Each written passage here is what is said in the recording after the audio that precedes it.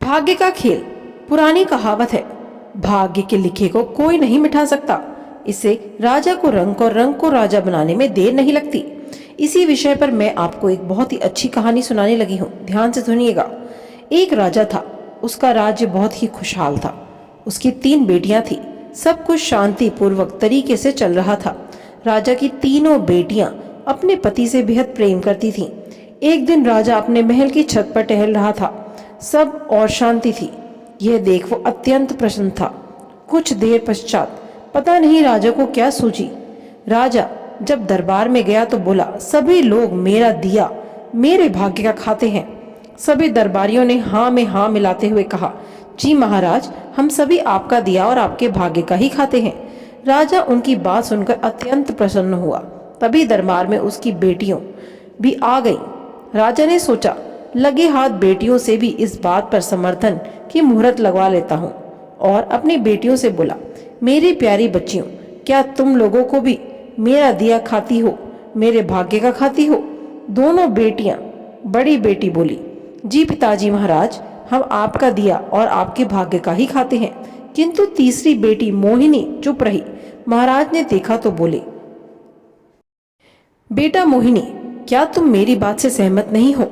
मोहिनी बोली, जी नहीं महाराज, ऐसी कोई बात नहीं है। वैसे तो मैं आपके राज्य में रहती हूँ और आप हमारे पालनहार हैं, किंतु रही बात भाग्य की, तो वो मैं अपने नसीब का खाती हूँ। भरे दरबार में किसी ने भी राजा की बात का विरोध नहीं किया और उसकी अपनी ही बेटी उसके विरुद्ध बोल रही है।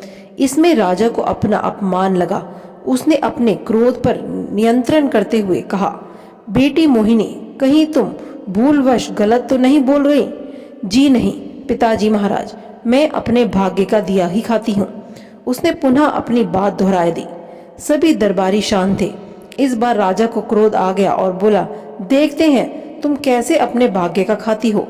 ये भाग्य ही तो है अपना खेल खेल रहा था।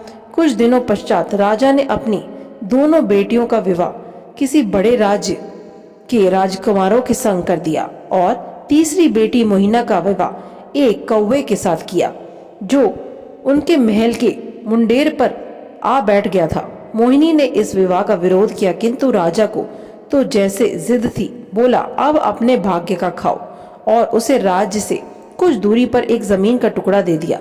मोहिनी उस कौवे के साथ लेकर महल से बाहर आ गई। उस जमीन पर जाकर देखा तो वो बंजर जमीन थी। कहाँ वो महलों में रहने वाली नाजुक सी राजकुमारी और कहाँ आज वो बंजर जमीन पर अपने पति कौवे के साथ थी। भाग्य का खेल वो समझ नहीं पाई और घबरा कर रोने लगी। उसने कौवे को उड़ाना चाहा, किंतु वो उड़ा नहीं, उसी के संग रहा।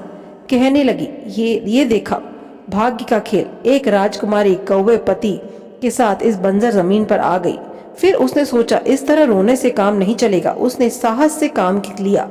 पहले तो वो नदी किनारे गई, स्नान किया, पानी पिया और उस कौवे को एक टीले पर बिठाकर समीप के बगीचे में कुछ फल तोड़कर लाई और अपने पति को भी दिए। तभी तेज हवा चलने लगी। उसने सोचा, इस तरह तो नहीं रहा जा सकता, एक झोपड़ी ही बनानी पड़ेगी। और वो कुछ डंडे, घास इत्यादि एकत्र कर गड्ढा खोदने लगी ताकि उन डंडों को ठीक से टिका सके। अभी गड्ढा एक हाथ ही खोदा, तभी किसी चीज से वो पत्थर टकराया। अब तो मोहिनी की उत्कंठा जगी। उसने और गहरा गड्ढा खोदा। खोदते खोदते उसे शाम हो गई। उसमें से एक बड़ा कलश निकला जो स्वर्ण अशर्फियों से भरा पड़ा था। अगले दिन राजकुमारी ने वहां महल की नींव डलवा दी और कुछ ही दिनों में उस स्थान पर अपने पिता से भी बड़ा सुंदर और शानदार महल खड़ा हो गया। इस बीच वो कौवा हमेशा उसके संग रहा। अब तो राजकुमारी को अपने उस कौवे पति से भी प्रेम हो गया और दोनों संग संग रहने लगे। एक दिन मोहिनी ने प्रेमवश आवेश में आकर उस कौवे को चूम लिया। उसके चूमते ही एक चमत्कार हुआ। वो कौवा एक बहुत ही सुंदर सा राजकुमार में बदल गया। तब उसने बताया, मुझे अपने सुंदर होने पर अहंकार था। एक दिन मैंने उसी अहंकार में जादूगरनी का अपमान किया। तब उस जादूगरनी ने श्राप से वो कौवा बन गया था और तुम इस बदसूरत कौवे को प्रेम करके उसका श्राप तोड़ दिया। ये सभी बातें मोहिनी के पिता के पास भी पहुंची और वो ये सब देखने स्वयं अपनी बेटी के महल में आया और उसका ठाट बाट देखकर अचंभित रह गया और वो राजकुमार से भी मिला। अब उसे लगा कि माध्यम कोई भी हो सकता है, किंतु खाते सब अपने ही नसीब का है। अब राजा ने उस राजकुमार से अपनी बेटी का पुनः विवाह करके उसके राज्य के लिए खुशी खुशी विदा कर दिया। दोस्तों, ये बात बिल्कुल सच है।